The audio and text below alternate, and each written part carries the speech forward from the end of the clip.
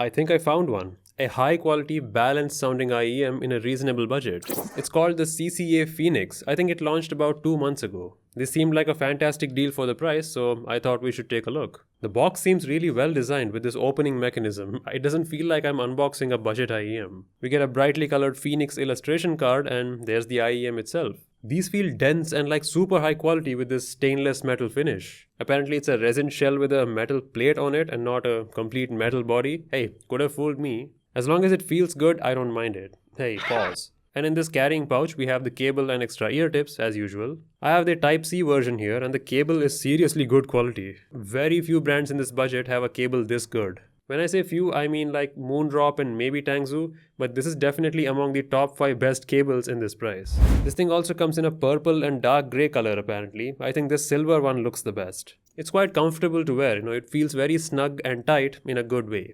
Pause. Now technically it just has a single 10mm dynamic driver. Doesn't sound very impressive on paper, but as I've mentioned before, don't underestimate dynamic drivers. They are extremely versatile. And this Phoenix is one such example of a well-implemented single driver. These are made for a relatively balanced sound, but they are slightly warmer with a near Harman-like tuning. There's a pinch more mid-bass and little extra sharpening in the top end as you can see there. But considering the price, this sounds delightful and handles all genres surprisingly well. There's no discomfort in any sound and it's not overly bright either. It's quite realistic. Now you may not get the most multi-layered, detailed sound from this, but compared to many others in this price, this thing has already exceeded my expectations for a balanced, well-tuned sound. I genuinely enjoyed listening to these. While they did not impress me, they didn't disappoint me in anything. There's good imaging, ample separation of instruments, everything was pleasant as I mentioned. This budget is commonly filled with saturated, energetic options from the likes of KZ, and there's nothing wrong with that, many people like that signature,